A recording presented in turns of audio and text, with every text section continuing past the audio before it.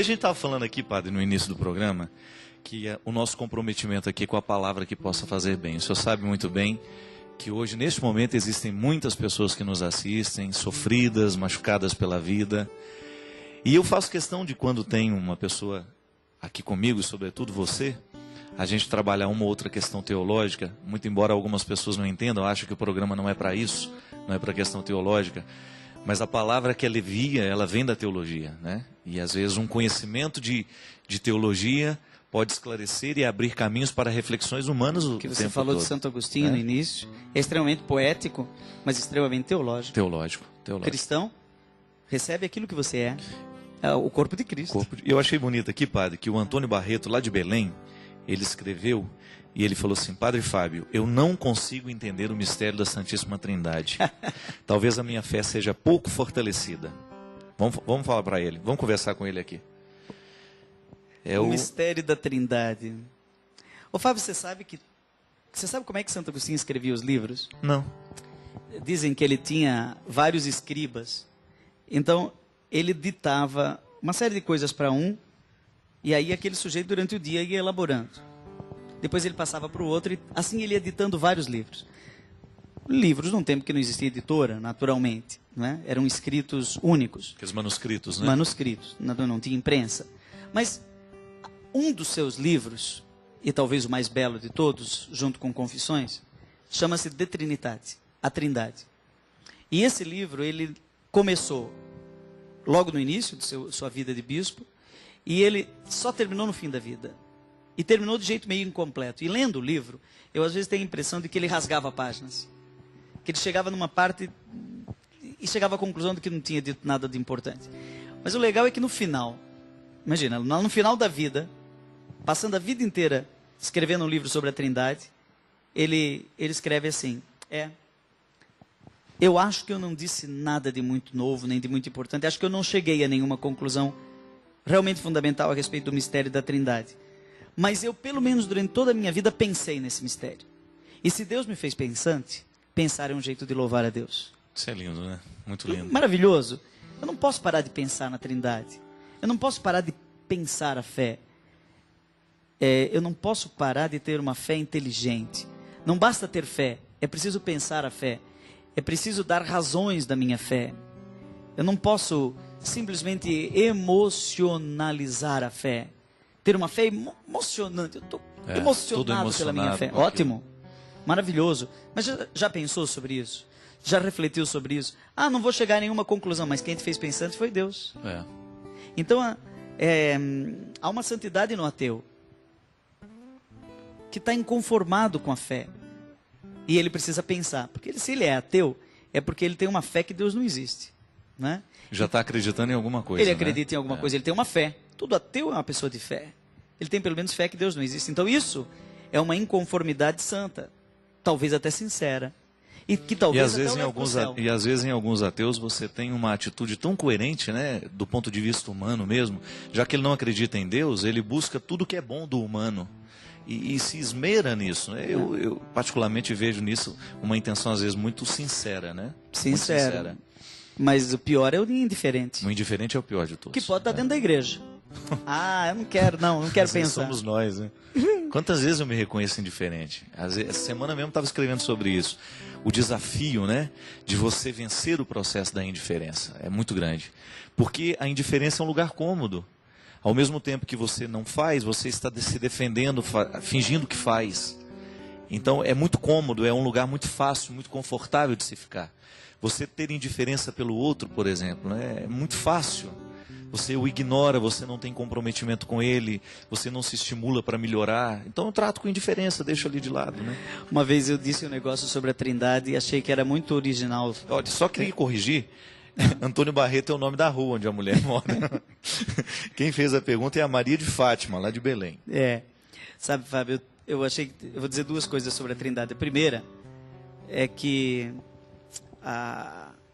eu não estou conseguindo mais dizer Espírito Santo. Eu estou numa crise de vocabulário teológico. Porque nas minhas aulas de pneumatologia eu aprofundei um pouquinho a semântica do Espírito. Pneumatologia, teologia do Espírito. E eu descobri que essa palavra Espírito Santo, ou em latim Spiritus Sanctus, masculino em português. O Espírito Santo. Então fica lá, o Pai, o Filho e o Espírito Santo. 3 masculinos, tá. Mas em grego, pneuma é neutro. Já melhorou. Pelo menos tem um que não tem gênero. Não é? A trindade é mais diversificada. Agora, em hebraico e em aramaico, é ruach, com esse H aspirado. Uhum. Quando Deus cria o mundo, ele sopra sobre o barro. Mais ou menos desse modo, ruach. Quer dizer, é um vento o hálito, íntimo. Né? É um hálito, é um beijo. Não é? E isso é feminino em hebraico. É uma ventania, é uma brisa santa. Talvez o sinal da cruz ficasse melhor se a gente fizesse em nome do Pai, do Filho e da brisa santa. Porque é feminino. Há uma feminilidade não sexual, há uma feminilidade de gênero na trindade que faz dela uma família. Tem pai, tem mãe e tem filho. Não é? E aí talvez seja mais fácil a gente entender a trindade como comunidade familiar. Esse é um jeito, isso é uma coisa que eu gostaria de dizer. A outra é que a trindade é unidade. Santo Agostinho tinha esse problema. Se eu falar que a trindade é diversidade, talvez eu chegue em 3 deuses, mas eu creio em um só Deus. Então aí, para ressaltar a unidade de Deus, ele usou a inteligência, a memória e o conhecimento. Mas eu vou num outro caminho mais fácil. Você canta, você fala, e quando você fala, a sua palavra é gravada. Por exemplo, está gravada aqui na televisão. A palavra se faz gravação, não é? A palavra que se faz carne é Jesus, é o Filho. Quem fala é o Pai é o falante. O Filho é a palavra falada. Mas para que o Pai possa falar a palavra encarnada na história, que é o Filho, ele precisa de um vento, de um sopro, de um hálito que movimenta as cordas vocais. Isso é o Espírito. Então, cada vez que nós estamos falando, nós podemos lembrar que tem um falante, tem um falado e tem um falando. Então, o Espírito Santo é o gerúndio na Trindade.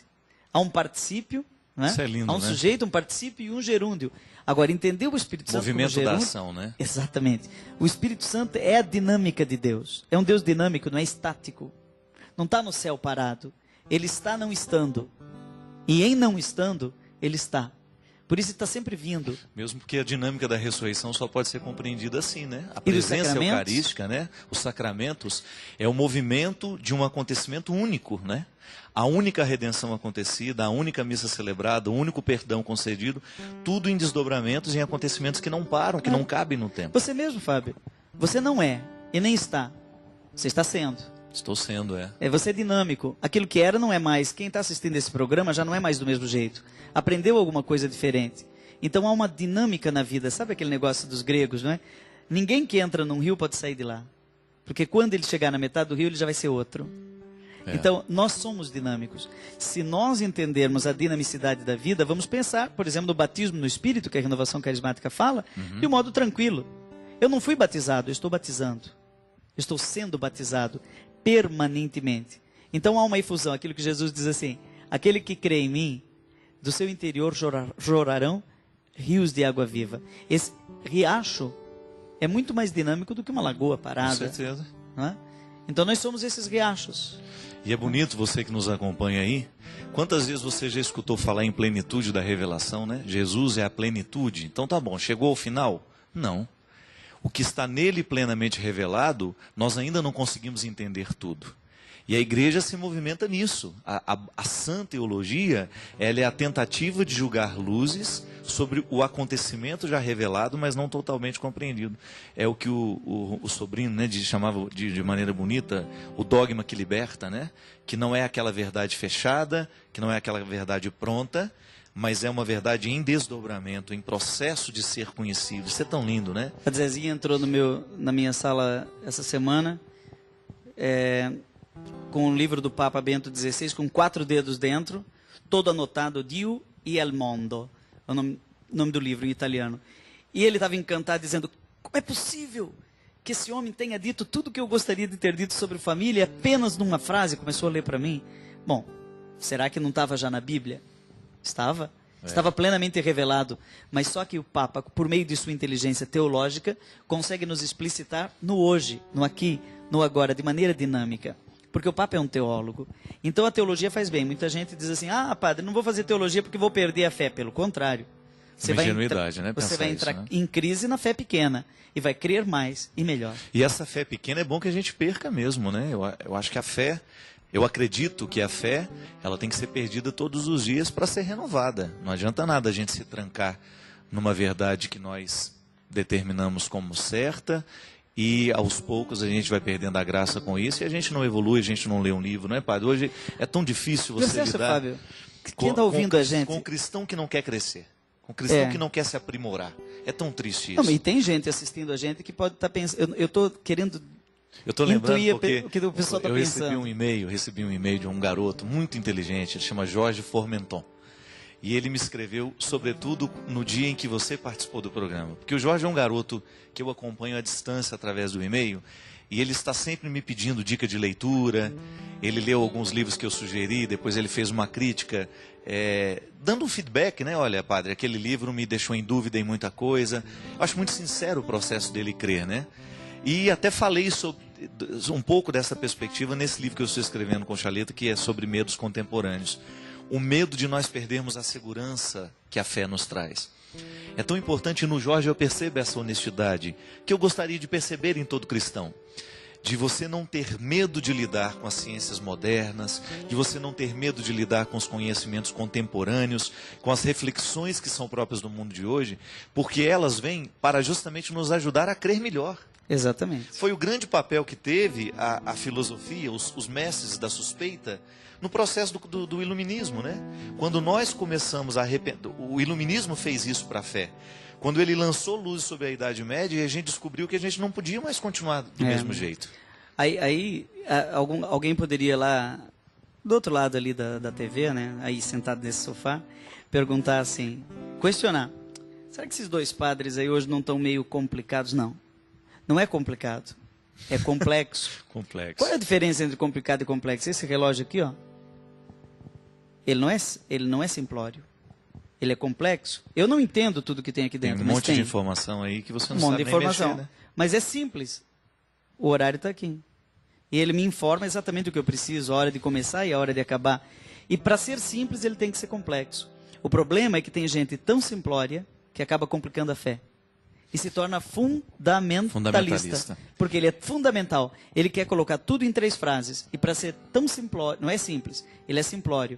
E aí ele acaba não sendo complexo, mas acaba complicando a fé. E aí nascem os preconceitos, quando você percebe que a religião ela é usada como uma arma de agressão. A gente já falou sobre isso daqui. É muito triste quando a gente vê dentro das nossas comunidades o mesmo espírito que prevalecia nas tribos. Uma tribo querendo derrubar a outra, uma equipe querendo destruir a outra. Maria de Fátima, uma das grandes belezas que nós podemos retirar da teologia da Trindade, de tudo isso que parece complicado, é justamente que ela nos sugere comunhão. Não existem as atribuições específicas. O Pai cria, o Filho salva, o Espírito santifica. Existe. Mas tudo isso é feito a partir de uma comunhão eterna. Né? É bonito você compreender que a Trindade, ela age em comunhão o tempo todo.